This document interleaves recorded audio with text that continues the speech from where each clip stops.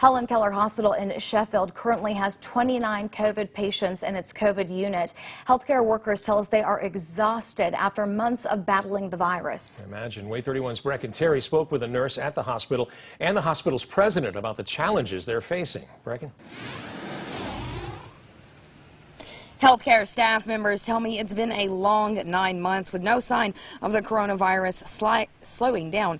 And while they're being pushed to their limit inside of the hospital walls, nurses tell me that people outside of the hospital can help them out by wearing their masks. Staffing can be critical at times. We have nurses that are getting sick. We've got physicians that are getting sick, but we're bringing them back as quickly as we can. Helen Keller Hospital's Chief Nursing Officer, Sherry Sands, hasn't had a break since the pandemic started, but she's not complaining about that. We're doing the best that we can to stay strong and to stay well through all of this. Morale, it's a struggle, but we do what we can to keep the morale up across the hospital. Sands said a morale booster would be seeing more people wear masks out in the community.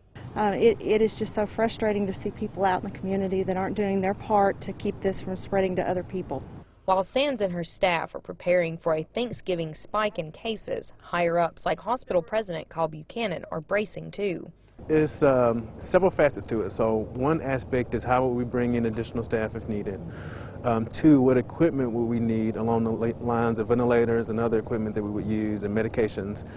And lastly, what would we reduce on the other side of the house, so to speak, to preserve resources to maybe bring into our COVID unit, our ER, and other areas that have increased pressure.